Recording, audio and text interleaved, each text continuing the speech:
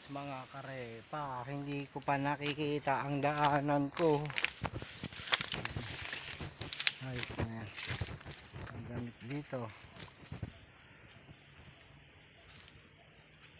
Kung kanina mga damit dyan, mga naiwanan. Yung mga nagana yun eh. Sa mga hindi ito na makita dito, pabundo kasi. Yung puno. Wala makita, ano. Puro ano. Masyado siya masukal. Hindi ko makita ang daanan. Sige. Sa araw ako babase kasi doon nanggagaling ang araw. Yun ang tutuntunin ko.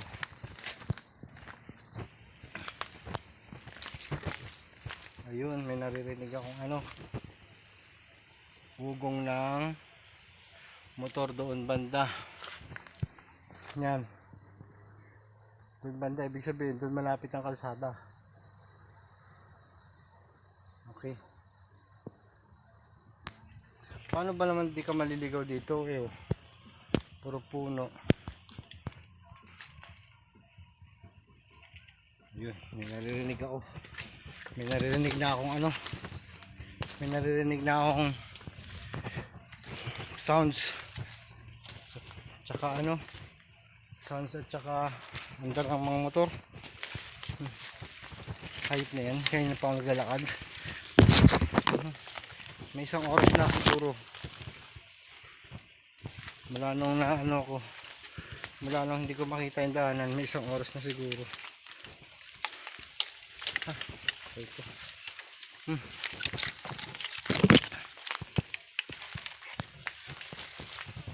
Yun ay, tingnan nyo naman yung paligid ko. Wala ng daanan oh. Ayun, may mataas na parte doon. Kasi hindi ko naman nakikita.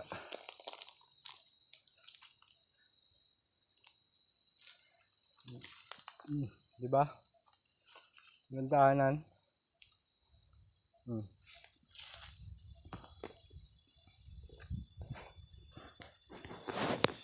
Diba? Pero parang nasa mataas ako.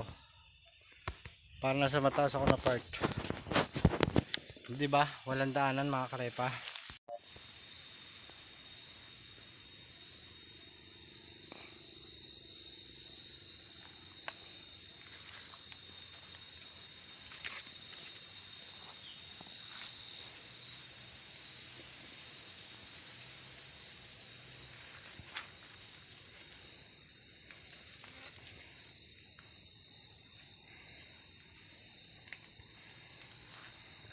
Okay, dito pa rin ako sa kagubatan ng Tralala.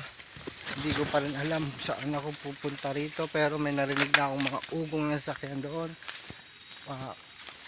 Mahina na lakad ko kasi ano, makatawag na ito. Sa pagod na ako eh. Pero okay lang. Isang oras pa lang naman tayong naliligaw.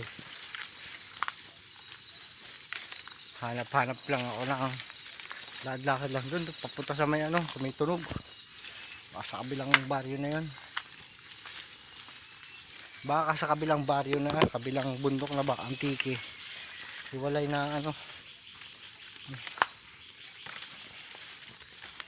Hiwalay, dito pababa.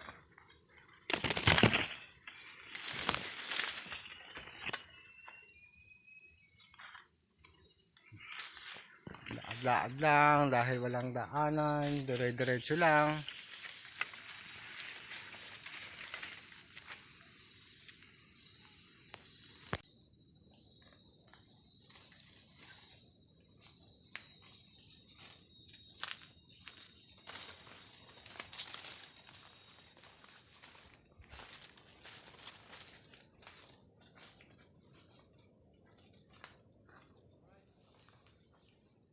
Alright mga karepa, ito na yung ito na yung daanan. Diyan ako galing. Dito bumaba kanina, pero diyan ako nang galing ngayon. At itong daanan pabalik, tanda ko na to kasi ito parang nagano sa dito, nagway. Dumanyan ako. Pagdating doon, hindi ko alam kung nasaan ako. Ngayon, pagka lusot ko rito, yan. Yung nasa likod nyo, yan na yung pinanggalingan ko. At paglabas ko dyan, ito na yung ito na yung daanan pabalik. Pabalik doon. Parang naggumanon ako. Tapos, di ko alam kung saan ako pumunta dyan. Sabay ito na. Paglabas ko dyan, nakita ko to. Itong daanan na to. Dito ako nanggaling kanina. Dito ako gumanon. Tapos gumanon ganyan ako dun sa na yan. Sa loob na yan. At ito nakita ko. Ganito, tanda ko to. Ito kung ano na to. Ito, pababa. Ito kasi pababa. At ito na yung paakyat. Nakita ko na. Magbabaliktad na sana ako. Pero kinikilabutan ako. Hindi ko alam kung bakit. Pero siguro masaya lang kasi makakabalik ako ng mas maaga. Akala ko abutan pa ako ng mamayang hapon. O siguro may isang oras lang ako nagpapaikot-ikot diyan. Akala ko abutin ako ng hapon. Nagpahina-hina na nga lang ako naglakad eh. Tapos yung battery ko kasi tawag nito, sinisave ko rin kaya hindi ako masyadong nag-video na. Kasi nagkakaroon siya ng paunti-unting signal. Kaya kahit pa paano, medyo makatawag pa ako ng responde. At magpapaload ako sakasakali. Tapos i-GPS ko na lang. Kasi merong spot na meron siyang spot na may signal. Ngayon, kung may signal, makapag-mensahe pa ako na loadan ako. Ay ko. Sasakit ko magata. Naloadan ako, tapos bubuksan ko yung GPS ko at dahil sa na yun, makakauwi ako. Ganun na sana. Malapit ko na sanang gawin eh. Baga, nag-iisip ako kanina pa eh. Lakad-lakad habang isip. Kasi iniisip ko kung umabot man ako alas 3 ng hapon, magpapa-load na ako, mag-chat na ako. Kasi buti na lang mayroong spot na may signal. Kaya, makakapag-chat ako, tapos maloloadan ako. At makakapag ako ng GPS. Kaya that's it. At dahil dyan, uwi na ako. Yan lang siguro lang to, 30 minutes na lakad mula rito hanggang doon. Kinakagat ako ng langgam na matatapang. Yung kulay itim. Mula doon 30 minutes na lakad. At sa ngayon, dito ko na muna tatapusin ang aking video. Salamat sa inyo. At makakauwi rin ako. Parang ayoko na ulitin to kasi wala akong kasama na taga rito. Ako lang. Kaya parang ayoko na ulitin to. Kasi nakaraan kasama ko sana yung mga kaibigan ko dito. Minsan kasi masarap yung masarap yung mag-isa. Masarap siguro mag-isa kung alam mo na. Kaso ngayon hindi ko pa alam ko na kung bakit ako naligaw. Kasi wala akong kasama. Dapat nagpasama muna ako. Kaya sa mga kanina alam ko lusob lang ako ng lusob eh, pero paano ko malalaman kung di ko susubukan, di ba? Okay, at dito ko muna tatapusin ang aking video. Salamat. Dahil sa salamat na yan, naalala ko na naman si Ma'am Ana BTV. Thank you. Maraming salamat dahil aray ko hindi. Dahil kinagat ako ng langgam. Dahil sobrang na-appreciate ko yung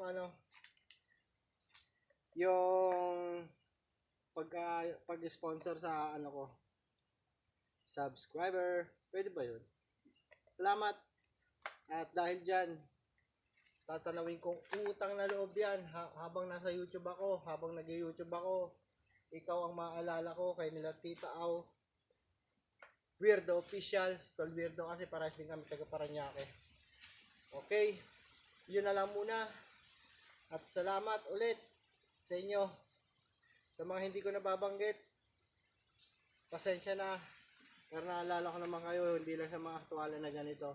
Okay, thank you. Salamat, Tol Weirdo, Tita Au, Ana BTV, Lin Official. Salamat, thank you. At makakauwi na ako. Thank you. Woo! Bye.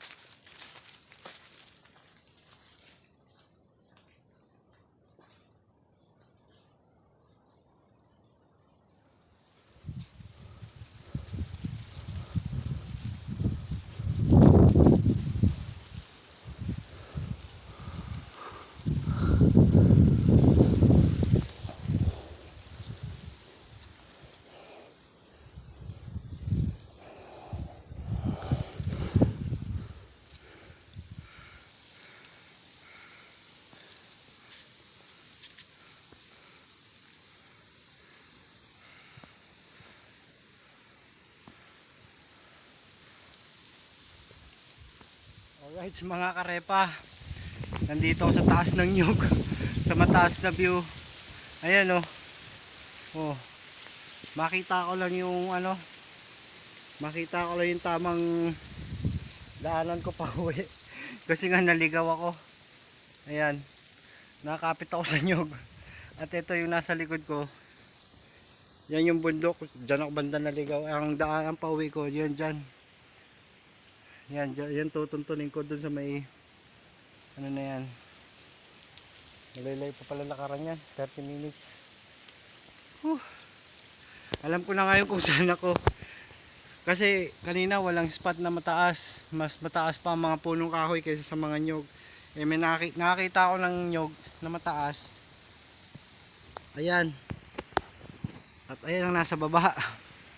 'Di ba ang taas ng nyog? Umakit ako para makita ko saan yung tutuntunin ko. 'Di ba? Okay, goods. Bye-bye, nangangalay na yung kamay ko.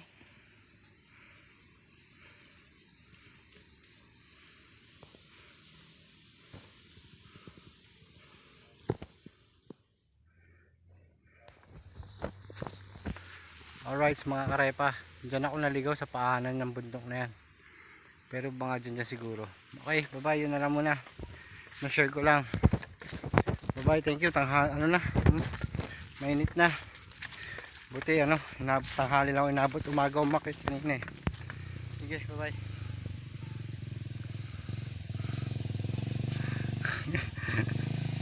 Asan, mainit na. Woo!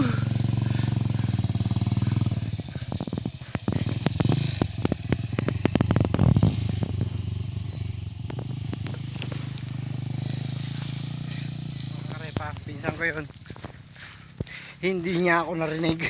Hinayaan ko na lang din, focus eh, naka-focus, hindi niya ako narinig na nandun ako sa may puno oh. Nakaupo, nagtatago ng camera. Ayun yung pangakit ng motor, hindi niya ako narinig doon. At ngayon makakauwi na ako. Ilang beses na ako nagpaalam mainit na.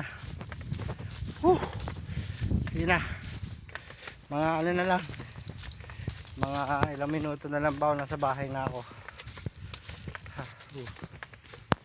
Mga 5 minutong paglalakad na lang. Kala ko abutin ako ng hapon. Okay, sige, bye bye. Thank you. Hanggang sa muli, salamat ulit. Ma'am Ana BTV, Tolwirdo Official, at kay Tita Au. Yahoo! Ma'am Ana BTV, thank you.